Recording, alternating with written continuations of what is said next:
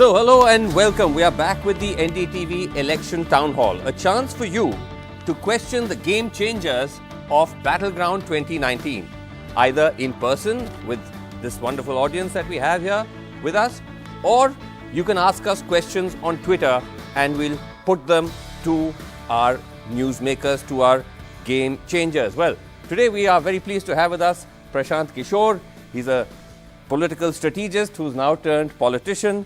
He has gone from being a backroom player of Team Modi in 2014 to now becoming the inheritor of Nitish Kumar's Janata Dal United. Thanks very much indeed, Prashant, for talking to us. Send in your questions to us for Prashant with the hashtag AskPK on NDTV. We've already started getting some tweets, so we're going to take them during the show. But feel free to send us these questions. Prashant Kishor, let me start by asking you, because we are just literally now, about a week, 10 days after those very, very stunning results from the assembly elections. Were you surprised at all? Not really. Not really. Because if you see, Rajasthan has been quite obvious to many people much before the elections. Right. So has Chhattisgarh. Or even Chhattisgarh, because a lot of people didn't see that coming. Maybe the extent of loss might not have been obvious or known to many people. But your reading was that Chhattisgarh was also going out of the BJP's hands. I wouldn't have any first-hand experience because I was in Bihar. Largely, I'm in Bihar. But whatever we were gathering from Chhattisgarh, it looked tight. And Madhya Pradesh? Did that surprise you somewhat? Yes, I should say that I was surprised. So, what is your big reading from these results? What are they indicating, and what particularly are the signals that they're sending the BJP? Because these were straight Congress versus BJP fights. Well, if you want to extrapolate what we have just got in this state elections, my sense is 2019 is wide open for everyone. It's open for BJP, it's open for NDA, it's open for UPA, it's open for any third, fourth person. So 2019 is now wide open, that's clear. It's not now. We have been telling this for quite some time, that anyone who calls elections 1 year before would be risking it a little bit too early, because you never know what happens 6 months, 8 months, as you know, your experience. It's a very long time in politics. But post 2014, while all this hype and hoopla about BJP steamrolling everything, if you look carefully the data, 2014 remains the peak for BJP. Elections after election post 2014, including the UP elections, BJP vote share has come down to 3 percentage point, 4 percentage point, 5 percentage point, 6, 8, 10. In these elections, it has come down almost 15, 16 percentage point. So, if someone says that it was not to be seen, I think you were naive, or you were just more interested in looking at the breaking news or what was apparent on the surface. But beneath the surface, the data is always there. Okay, interesting. This is all the more interesting because you are an NDA ally, you are a BJP ally, but you are saying that it was hyped to suggest that the BJP was on this absolute dominant march to 2014. You are saying the signs were already there? And now after this, I'm not saying it was hyped by a party or a political group. I'm saying it was hyped by those who analyze elections, because you guys just look at now you're blaming us for it. I'm not blaming, because see, the data always existed. Nothing prevented from media from looking at these data. You looked at the outcomes, which were election results. But it wasn't just us. If you remember, there were leaders, including Nitish Kumar, who said, you know, this is all over now. Forget 2014, forget 2019, think of 2024. Look at carefully. In 2014, post Lok Sabha elections, BJP could not secure majority in Maharashtra, though the government was formed. BJP did not win Jharkhand on its own. Compared to 2014, where the majority would be 2/3. So, obvious the result was there. I'm talking about 2014. 2015, BJP lost 2 elections, both elections that were fought in 2015. BJP lost one in Delhi and in Bihar. 16, they did not win any other state other than Assam.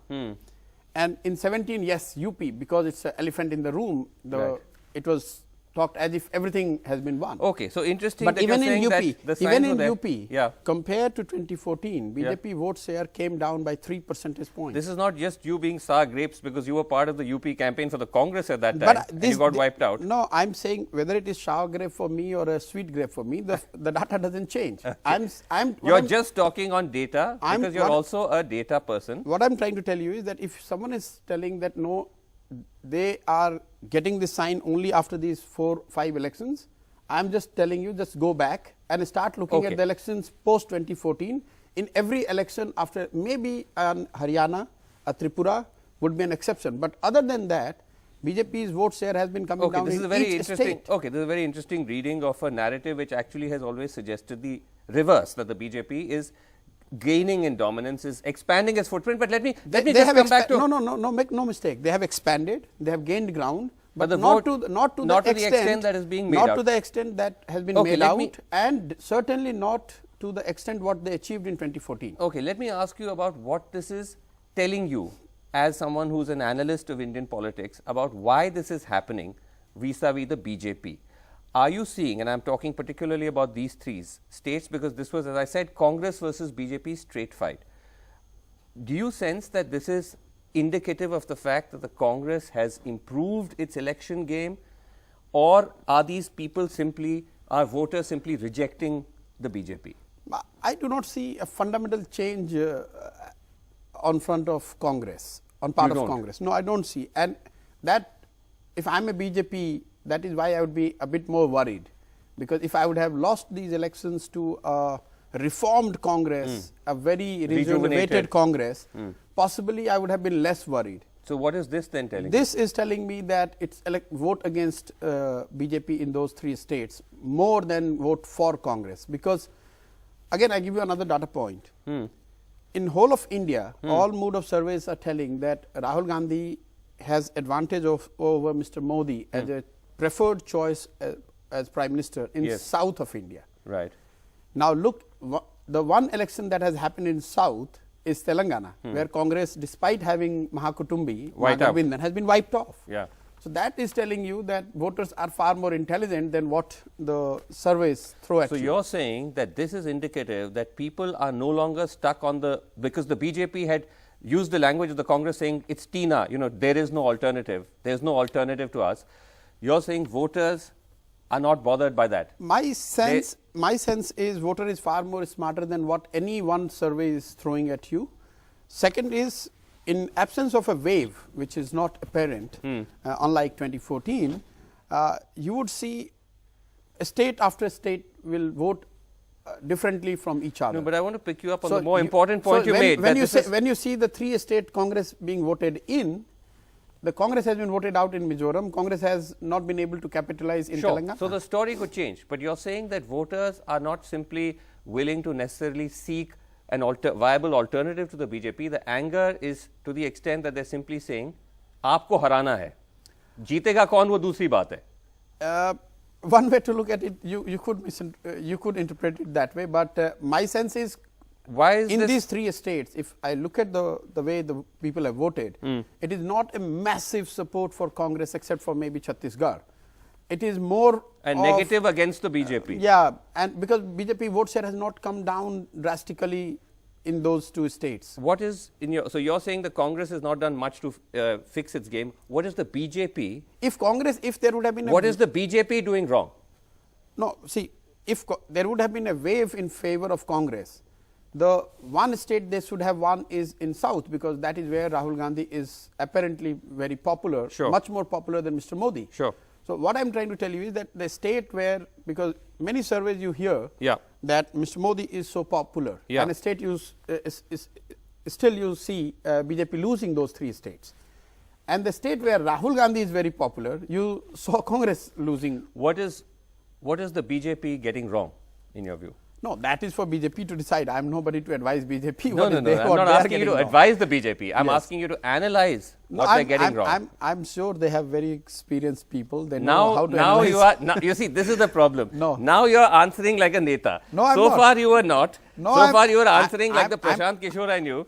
This is a typical Netaji answer. I'm stating the fact, which is the much hyped one-way traffic, electoral traffic was never the case. Okay. But media or otherwise people who are interested in analyzing and discussing politics were not willing to analyze those or look at those numbers. They were just looking at the final result. Do you have any regrets that you may have picked the wrong side? No, not at all. I'm very. You may have thrown in your lot with the losing side. No. At this rate, if this continues. But this is again a misnomer that anyone has a crystal ball to know which side is going to win. Only people who know which side was winning is the media, because after election comes, you have the liberty to say, okay, we knew that Mahagathbandhan would have won in Bihar. हमने तो हमेशा we always said. हमें पता था जी 2014 में मोदी की wave है, but it happens only post elections. But Prashant, now do a little bit of crystal ball gazing. I'm going to come back to push you on why you think the BJP is losing ground. But before that, tell me, if this kind of trend continues, what do you see could be a likelihood in 2019? Because if people are actually so upset that they're going to willing to vote you out if there's no alternative, do you see could this be significant?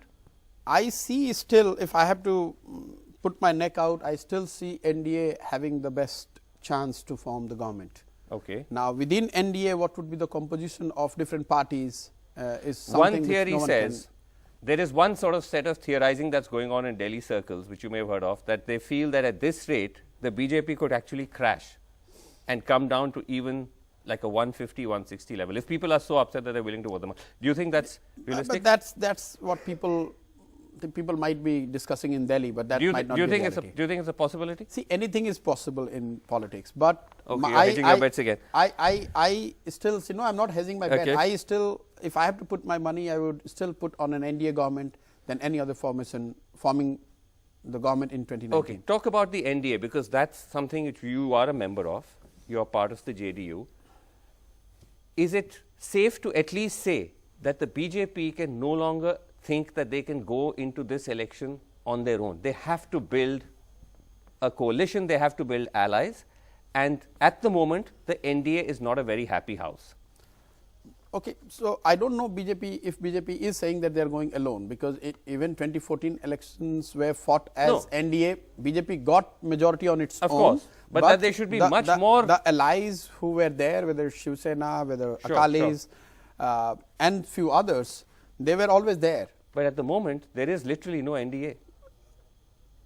That is for NDA leadership to comment, but I'm too new to be commenting about whether NDA is functional in letter and spirit or not. But on paper, NDA has almost 30 parties today. But they are all unhappy. The Shiv Sena is unhappy. The Akalis are unhappy. I don't know how you gauge unhappiness, but if that. Well, by the very strong statements they make, Mr. Paswan's party is unhappy and Mr. Kushwaha's party has left the NDA. No. Okay. So, Mr. Paswan is very much part of NDA, and I don't see there is any problem on his side. Okay. That much I can tell you. Whatever little I gather with my interaction with them, I do not see much of problem with the major allies like Shiv Sena or Akalis. Upendra Kushwaha leaving the NDA? But Upendra Kushwaha, it was his choice, he left. I don't think that's significant. It's not going to damage you in Bihar? I don't think so. I don't think NDA with the three existing allies is a formidable force, electoral machine in Bihar. BJP, Nitish Kumar and Ramvilas Paswan is very formidable for any combination to take on. But even with your own party, yes, there is still no announcent on seat sharing. This has been going on for weeks. No, it has been announced almost 2 months back that both BJP and JDU will fight equal number of seats in Bihar. But that actual number has not been announced? But actual number is just a matter of speculation, or just a matter of just putting one number here or there. But it's, by and large, it's known. It's done? Yes, it's done deal. The seat sharing has been finalized? Yes, it's done. It has come from none less than the both party presidents. No, but can you tell us what the final figure is? No, the final figure is anyone's guess, because if both these parties are fighting equal number of seats, the number would be anything between 15 to 18. So, there is no other possibility. Right, because there are total 40 seats. There are 40 seats. In Bihar. So you could end up fighting what, 17 each? And 17, 15, 16, 18. The number will, so if one has to make a guess, and you will guess out of these 4 numbers, one will turn out to be true. But if everything is so hunky-dory, why has the announcement still not come out? Because see, which other alliance in the state has come out with the exact seat number? In India, unfortunately or fortunately, we do not announce these seat numbers and which party is fighting which seat so early. And there is still 5-6 months left. That is the old India. That is the old style of politics. You are supposed to be signaling a new politics. You should. आप इसी show पे घोषित कर दीजिए. It's a new style of politics, and that is why you saw the announcement was made almost 7 months before elections. But explain something to me that, why do we see that the JDU is, do you think, okay, let me rephrase this. You sent out a tweet. I will just put that tweet up on the screen. In the middle of all these allies, all of them expressing their problems with the NDA, you put out a very safe tweet. Joint efforts and collective strength of all the coalition partners in the NDA are key to a success. All constituents must work towards this. Yes. Now, this is as sarkari and as much of a, a typical neta speak as you can get. But you see, but help us now read between the lines. But it's not, there is nothing to read between the lines. It is very much there, right? As you can read that NDA, what I am telling you right now, that if I have to put my money, I will put it on NDA, securing, reaching closer to 272 or better than that. And that is what I have written there. But is the BJP behaving like a big brother within the NDA? Every other constituent seems to think so. You don't. You're the only party that doesn't think so. No, in Bihar, I don't think they are behaving like a big brother. JDU has the chief minister. I do not see BJP interfering in any which way. But overall, as a political party, are they overall, I cannot speak for other parties, but I do not see BJP, with my own first-hand experience, BJP acting in any manner which is not appropriate in Bihar, at least with JDU. Okay, then let me ask you this. How, and we're starting to get some tweets. Let's take a tweet from somebody called Saqib Imran. He says, how are you going to counter your alliance partners' communal politics? And this is something that I've always been interested to ask you about, because you are somebody who has moved across parties, has moved across ideologies. You continue to remain fairly close to Narendra Modi, as in you have regard for him. He has regard for you. Do you still meet him, or? I do, but that's inconsequential. Okay, because I have joined JDU. But since you joined JDU, have you met him at all? Yes, but that is not something that matters much, because I believe in ideology of JDU, and that's why I am in JDU. I am not in BJP. But what I am curious about is that at least your silence about this communal aspect of the BJP, which is something that has always been there, but today we are seeing it at a greater intensity than ever before. No, if you look at Mr. Nitish Kumar's statements and the communication which he is out there in public, he has been talking ad nauseum about not compromising on 3 C's: corruption, crime, and communalism. So I really don't know why you would see that we have been soft on any one of these 3 C's. Because you still are close to Mr. Modi, and you have regard for Mr. Modi, and Mr. Modi presides over a party under whose watch we have seen a huge spike. But then you are saying that anyone who is close to Mr. Modi, anyone who is close to Mr. Modi has to believe in communalism. That's what you are saying? No, I mean, I am asking you, don't you have a problem with that part of his political worldview, his political ideology? Mr. Modi I know and have worked with. I have never seen the shades of communalism in him, at least the Mr. Modi I have worked and know of. You have looked at 2014. You have looked at 2014 campaign yourself. Yes. Tell me a single element in that campaign which you would term as a communal campaign. One second. Now tell me. Don't go about the futuristic speculation. Okay. Go by what we have done in 2014. Okay. Firstly, I'd say in 2014. No, hold on. I'll say number one. Was the campaign communal? Okay. Let me ask you a counter question. Do you only look at someone's record from the day you meet them, or do you look at their entire political record. Look at the 15 years before that. No, see, as a Gujarat chief minister, see, the campaign he ran, the speeches he made. See, if you they start, were openly communal speeches. If you start opening up history, there would not be a single politician, or there would be not many politicians in India and political parties with whom you can work. But this is not the same thing. This is not medieval. This is not medieval India. We're talking about the past, so, 10, 15 years. So that's what I'm trying to tell you. That for 10 years, you can have the similar instance or similar things to complain about against literally every leader and every party in India, and that's unfortunate as it is. But that's the reality. But when it comes to communalism, he actually did make a statement. He made a speech repeatedly referring to pink revolution during the 2014 campaign. Again and again, he brought up this idea about cow slaughter. No. See, this without any evidence. This pink revolution word was there on the website of ministry at that time, and he mentioned it on a couple of occasions that in India, why are we talking about this? To the best of my recall, because this is part of 2014 communication campaign. Yes. So I know what exactly you are referring to. Pink revolution was actually written on the website of the government of India. But he put it in a very different way. No.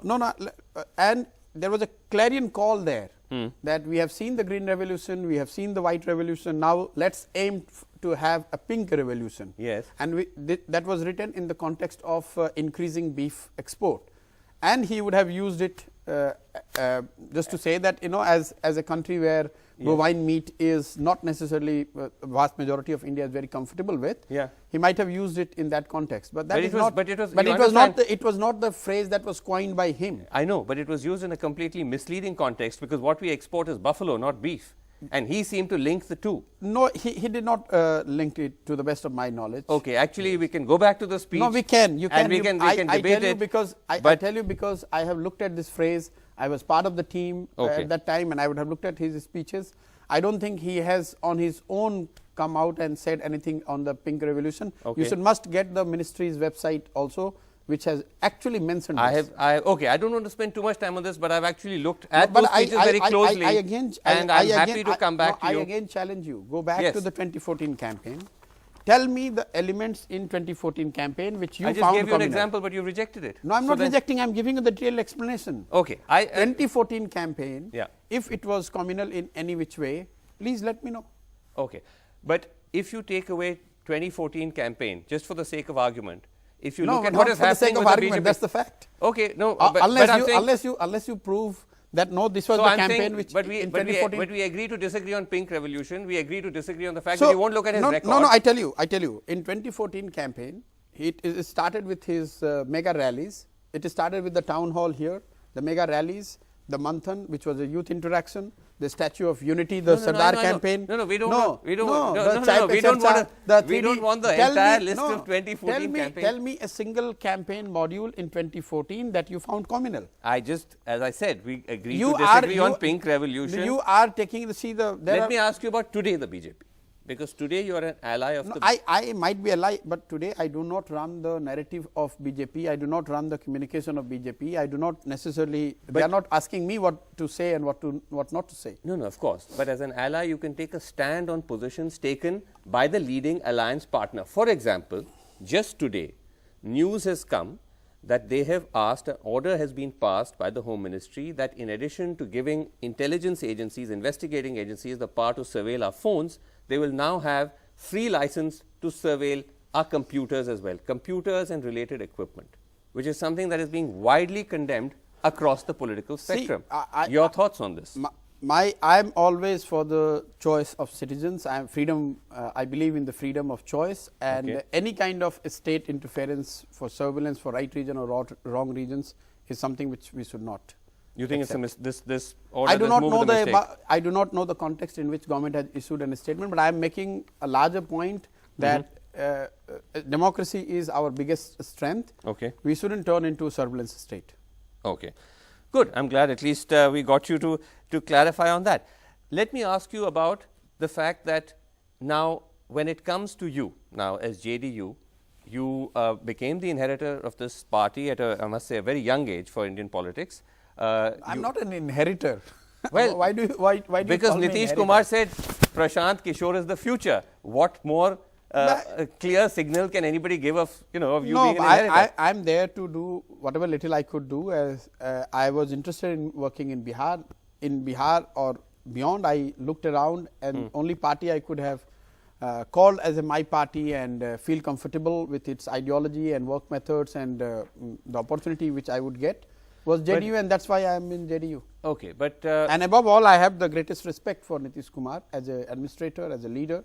But I want to ask you, because we have young people here, and I'm going to go across to them in a second. I've also seen that you've taken out some ads that say if you want to join politics, join Prashant Kishor. We can actually put up some of those on screen. It's not join Prashant Kishor. This is one thing which I have started after joining JDU. Is one of my goals is to. Here it is. It says, okay. It says. आइए जुड़िए राजनीति में प्रशांत किशोर के साथ. So I Prashant have been. Kishor के साथ. So that says join Prashant Kishor. No, if you have to join me, that means you have to join JDU. So, but what I'm trying to do is to. I've started this youth in politics. I genuinely believe that we need more young people to come in politics but who let otherwise me ask would you, not have why come. should, okay, so why should young people come to JDU? Nitish Kumar is seen as someone who is, as his rivals call him, a paltu chacha, paltu mama. वो पलटते रहते हैं. He keeps changing his stance. With all respect, you have also switched from Modi to Congress to Nitish Kumar. So why should people trust Nitish Kumar or trust first, you? let me answer my part. This is the first party I have joined, and this is my first and hopefully the last party. You're not saying last. You're already saying hopefully. Yes, because I cannot be saying something what will happen 30, 40 years down the line or 10 years down the line. But for now, you are with the JDU. I am with the JDU, and I am not changing. Don't worry about it. Okay. Those who call Mr. Nitish Kumar Paltu Ram or Paltu Chacha, whatever, I do not want to comment on that. But you, as an experienced journalist, tell me a party or a leader in India who, in last 15 years or 20 years, has not turned sides at least thrice or four But times. Prashant, that becomes whataboutery. That doesn't become a pitch to encourage young people, because then they'll say, what's the difference between JDU and any other party? I'm telling them what is the difference. The difference is that you have a leader who is not corrupt. You have a leader who is not necessarily promoting dynasty. You have a leader who has delivered over 15 years in one of the most difficult state to govern. And in Prashant Kishor, you have someone who can handhold you as you start your political career.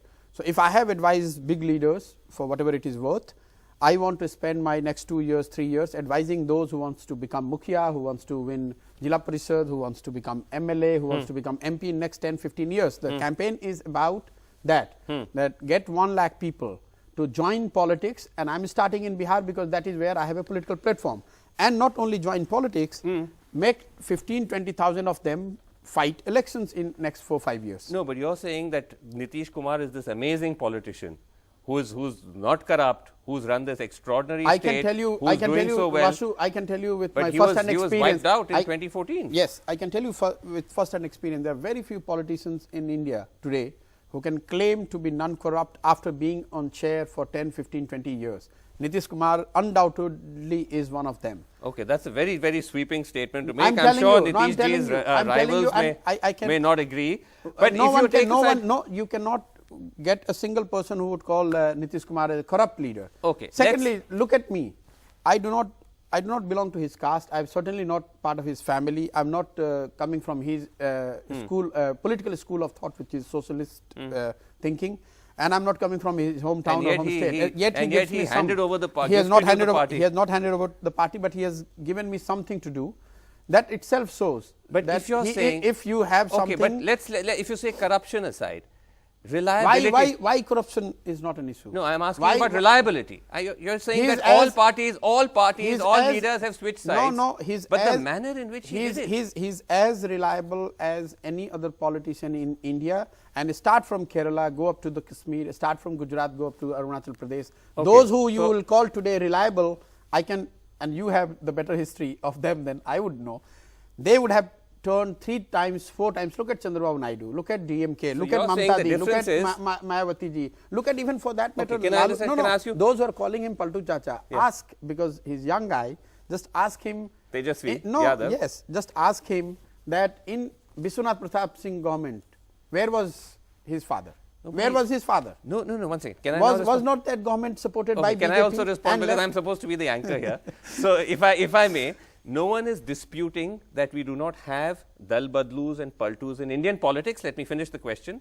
The point is that if you're positioning... Why you are singling out Nitish Kumar? Only because you are giving us the hard sell on Nitish Kumar. No. Because of that. I tell and you I'm why. sitting No, and talking to you. No, I'm not giving you a hard sell on that part. I'm giving you a hard sell. Can you deny the fact that Bihar under him has prospered in last 14, 15 years?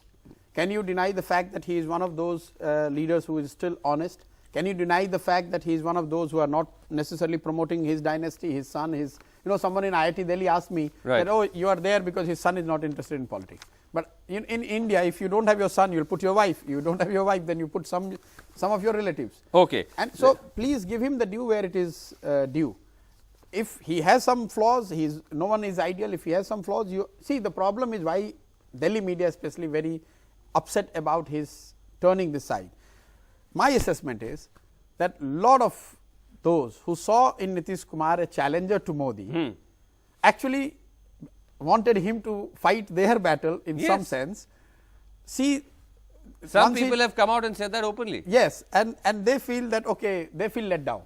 So, that is a possibility, and that is why media is so upset. But regardless of whether the media felt upset or not, the fact is he did do it. Let's start let's start taking some questions. I have somebody, Haider, is it, who had a question. Yes, if we can get a mic across to him, or do you already have a mic? Yes, go ahead.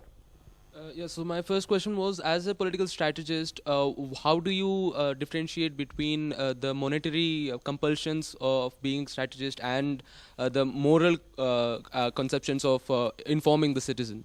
Okay, let me rephrase that question and ask you something which a lot of people have always wondered, and I have also wondered, that how much money did you get to run all these political campaigns? I'm so glad that you're asking this question, and I hope as and when I will get into... And I want an honest answer. But I'm telling I don't want the answer which I think, I suspect, which I know you're going to give. I'm happy to open my bank accounts and show to you that how much money anyone would have paid to me, Prashant Kishor.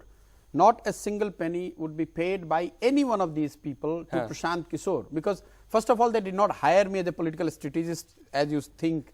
I came to work just as an aide. No one pays the hundreds of crores as media reports. So you're saying you want to attract young people, but you know, young people expect candor, they expect frankness. Yes, you expect all these people to believe that you did it for the love of the country, for the love of Modi ji. I did it because I wanted to learn.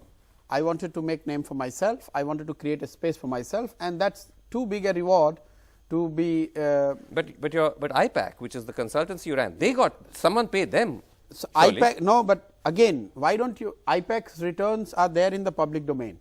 Just go and look at the money which IPAC gets and what they make in terms of their top line and bottom line. This is not something which is hidden beneath the surface. Tax returns are normally not in the public domain. So unless you've chosen no, to put no, it, I mean, I can't access your tax return. You can't access mine. No, please, no. As a company, because IPAC is a registered company. So their tax returns are very much in public domain. Okay, I think what you're saying is not their tax returns, but their ROC filings before the Ministry of Company Affairs.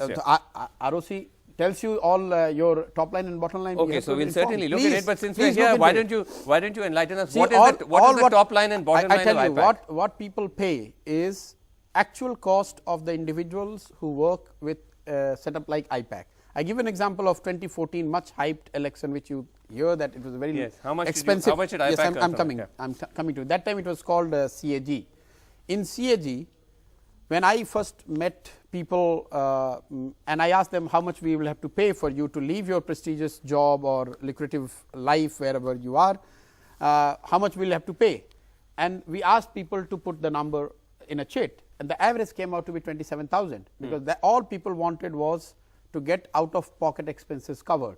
The CAG used to pay 50,000 rupees per person per month as subsistence allowance. So, say at where the did that money come from? I'm coming to it. So, at the peak, say CAG would have 1,000 people, which would create so much of news that, oh God, 1,000 people have come working with Mr. Modi, leaving their MNC's job, and etc. etc. Just multiply 50,000 with 1,000 people. How much is that? It's 5 crores. It's nothing compared to the election budgets. It's nothing. Who paid that amount? it's party which pays. If you are BJP yes. wrote the check for 5 crores for that? Yes, yes. If whatever the expense is paid by the parties. So, if you open up the IPAC returns, you will see when we were in Bihar, the money coming from JDU. If you when we were working in Punjab and UP, the money came from Congress. And you are now also working with Jagan. So, the money would be coming from YSRCP party. There is not a see. But none of that comes to you. It only comes to IPAC.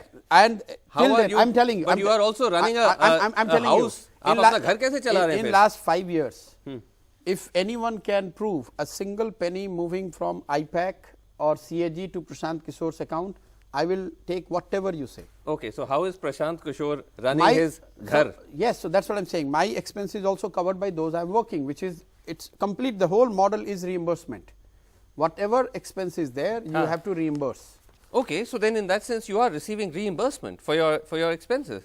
That is what you spend on the work, you get back. Yes, that's it. You do not make any profit, and you cannot walk into IPAC or Prashant Kishor and say, okay, I am giving you 500 crores. Why don't you see? You talk to Amrinder Singh, ask him how much money he has paid. You talk to Modi, ask him how much money he has paid. You talk to Nitish Kumar and ask him how much. Okay, one second. Do you think realistically, calm down. Realistically, you think any politician is ever going to honestly answer that question? How much money I have paid? But I'm telling you, that is not going to happen. But I'm telling you something.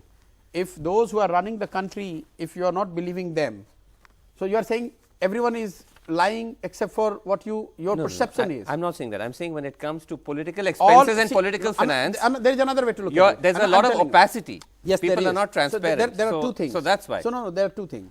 The political campaign might have got money which is accounted or not accounted. But when you are talking about IPAC CAG, forget about who pays. Those who receive money from IPAC. Hold on. You're not even allowing me to speak. This has become a monologue.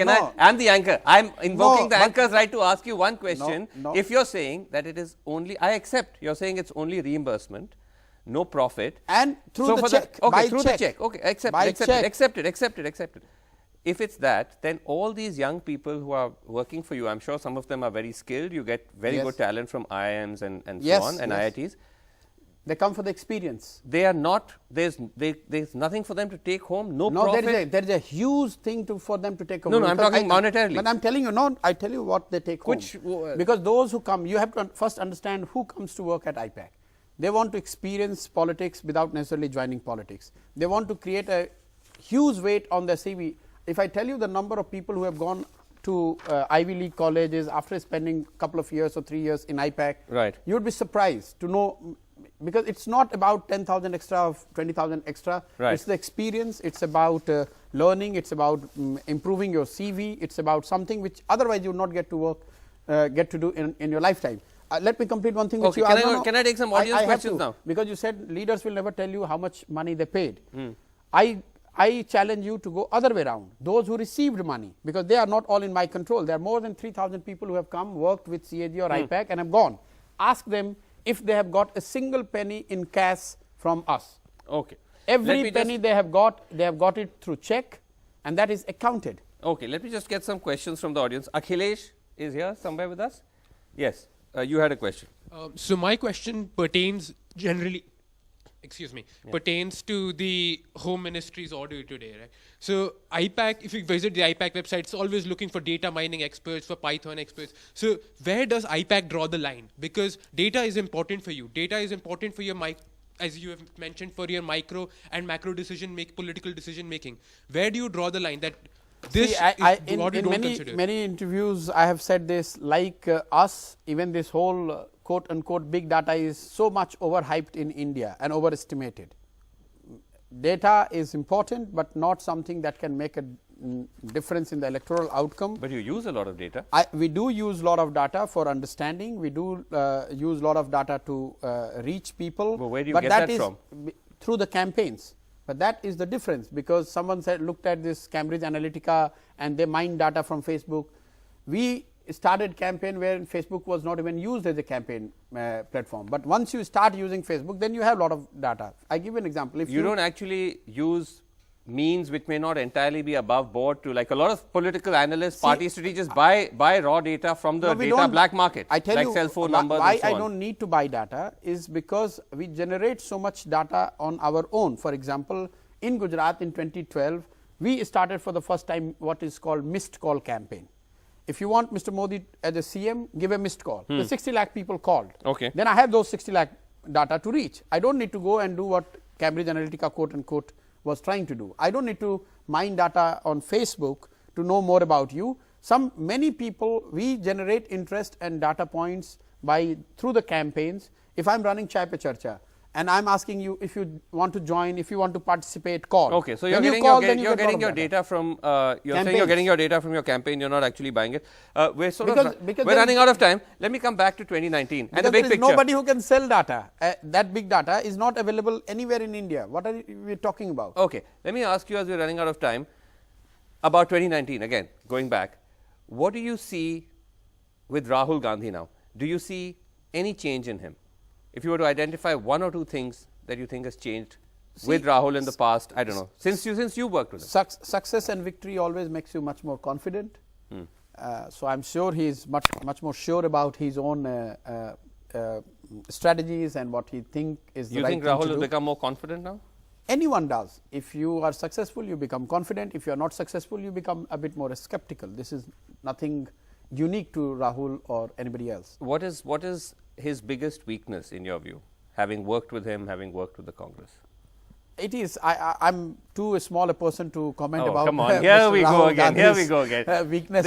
This is. I'm not accepting or expecting this from you. I've been telling this, that though anyone who such a old party like Congress has chosen to lead as their leader, you have to give him time. You have to trust that he has the ability and leave it to the wisdom of Congress. No, okay. So forget Rahul. Would you say what is the biggest one weakness that the Congress has? Is it the fact that they are too much of a legacy party? Congress is like an old house. Congress is like an old house. It's very difficult to, if you have an old house versus a flat, as you and I know, it's very difficult to maintain an old house because you will have some seepage coming here and there, some air passing from here. It has got its own legacy. It has got its own. Doesn't sound very appealing the way you describe it, like an old house that's about to collapse. No, I didn't say it's about to collapse. But it has its problems. Because it has its problems or shortcomings because it's a 100-year-old party. So obviously, any institution which is 100-year-old or more than 100-year-old would have its own shortcomings and issues that they need to revamp. That's you're saying that's a problem. When you see Rahul now, because he was never, and this was your assessment, I've heard you say this, that he is not a risk taker in the same way that Narendra Modi was or continues to be. Do you see that changing? Like, for example, with the hug, with his big hug for Modi. Let me first tell what I said. I said risk taker versus status quoist, more of a status quoist. Now, all risk taking is not necessarily good, and all status quoist may not be wrong. That's a good point. So that's what I said last time. Whether he is becoming more, I definitely see, like any other individual, he would be more confident because he has got the victory under his belt. He would be able to do what he thinks. Okay, I've asked you on Rahul. I'm asking you now on Narendra Modi. What is his biggest strength, even now, you think? I have already said he's a risk taker. Strength, I think, is a thing which a lot of people do not know about him. He's a great listener. From his personality, it doesn't come across maybe. He comes across as someone who is all-knowing, all speaking, but he's a great listener. I haven't come across a politician who is as good a listener as Mr. Modi. And one big weakness? He's a prime minister. It's above my paycheck. It's above my. It's above my paycheck. It's above my paycheck to look at the weakness of the prime minister. The reason why he listens to you is because you're able to tell him what's what. You're not just sitting there praising him. So you don't have to give this sort of safe answer. No, I'm not giving a safe answer. I'm telling you what. No one is perfect. Yes. So what is one weakness, or at least something that needs to be fixed? I think the kings need to be benevolent. So maybe if I would have to change one thing in Mr. Modi, I would urge, plead, request him to be a bit more benevolent. Be more benevolent. Yes. Be less I mean, what's the? I would say, you just, more. I would not. I would don't not be so get vindictive. into. Don't be so harsh. Just be benevolent. Let things go a little bit. Acha. Okay. King should be benevolent. King should be benevolent. As you okay, raise, that's all we're going to get out of you as far as Narendra Modi is concerned. We'll take a short break. Don't go away. Coming up, much more with Prashant Kishor. We're going to put him through a rapid fire.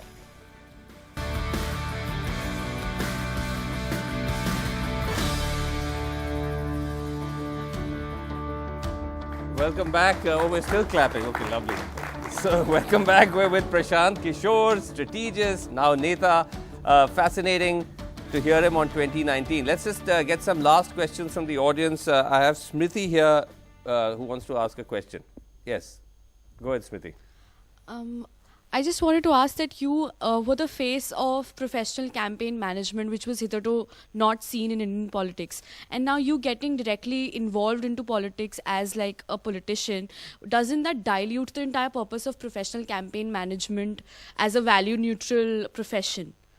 And also, I think you had a question about the JDU as well. Am I right? Yes, that was an important question, Yeah, what about especially that? considering what you were saying Yeah. in the entire discussion, that now that you are the face of JDU and you have been very active in the university elections as well, what is to stop from JDU becoming more ambitious like back in 2014 and leaving the NDA and playing it solo? Nitish for Prime Minister, or that's now No, I think out of the question? We are focused in Bihar. We are a very small party, and we should not be over ambitious. But are you going to run? Are you going to contest? No, I have told that I'm not going to fight any Lok Sabha or Rajya Sabha elections for at least next 10 years. Why not? Because I want to remain in Bihar. I want to do what I am doing, which is to get more youth in politics on JDU platform, Okay. which is a very time consuming process. I have given myself 2 years to get 1 lakh people to politics and help 10-15,000 of So them you to don't fight want elections. to be an MP, you don't want No, to I be an don't want to. MLA. How No. will you then lead this party? No, Because I'm not. you know, I did not say, elected. I did not say MLA, but I'm not coming out in Parliament. I'm not coming out of Bihar, so I'm not a contender for Lok Sabha or Rajya Sabha. Okay, but you could fight the assembly elections. Assembly elections, yes, if party so desires in 2020, but that's 2 years away. So Okay. that's why I'm saying next 2 years I'm focused purely on getting more youth in politics in But Bihar. that's interesting. Next assembly elections 2020, you could be fighting. I could if party so election. desires, but you know we have an option. If you want to be part of the legislature there, you could also be in the upper house in Bihar. Okay. So you need not be fighting. So MLA is that the first step towards a possible Chief Minister Prashant Kishor? I mean, Now, of this course, is you first so you win the election. So out of place. This question is so out of place. It's a completely legitimate question. No, it's not. I'm only 2 months old in politics, Right. and my focus is to building JDU. Coming back to how ambitious we want to be, my first target I have set is to become JDU or in terms of size and. But you know, when you look at the Bihar landscape, who is your real target? Because is it the RJD or is it even the BJP? Because in these recent Patna University elections, it was actually you versus the ABVP, and you won. Yes. So you were fighting your own ally. But we were not allies in the universities. They have been fighting 25 years and they have been defeating us. So this time it was my turn, our turn, and I'm glad we came out winner. But that Is the main threat for you in Bihar Lalu Yadav or his Lalu Yadav Parivar or the BJP Parivar? I do not see the threat. I have set a target that as a JDU we should aim to become what we were in 2009 to 2010, which is about 120 MLAs and 20 odd MPs in Lok Sabha. That we achieved while we were in alliance with BJP. Right now we are down to 70 MLA and few MPs. So my first target is to take JDU where it was at its peak, so we are out and of, then we'll see from there. I'm told we're out of time. Let me just go back to try and push you on the one thing which you didn't answer. Yeah. You did say that Modi should be more than Prime Minister should be more benevolent, but you haven't answered the question. What I you did not think say Prime Minister. I said big leader should be more benevolent. All Mr. right. You asked me one thing. Okay, answer me this. Where do you think the BJP script is going wrong? What is if you were to identify one fundamental mistake they're making, what would that be? They could take more people along. Political parties people who are not necessarily 100% aligned to their thinking or thought process or work method. They can be a little bit more inclusive. Okay, so in a way it ties into what you said about NDA. NDA and also about benevolence. Only if they do that, you will realize that there are many parties who are actually fighting Congress/UPA, who and they would be try more to than take willing along. to come on this side. Okay, all right, Prashant Kishor, it's a pleasure talking to you. Thanks very much indeed. Thank you. And thank you very much indeed for our audience for joining us. A round of applause to you as well. And of course to all our viewers who are watching on Twitter. That's it on this edition of the NDTV Election Town Hall. But we will be back with many more such events with the game changers of 2019. Thanks for watching. Goodbye.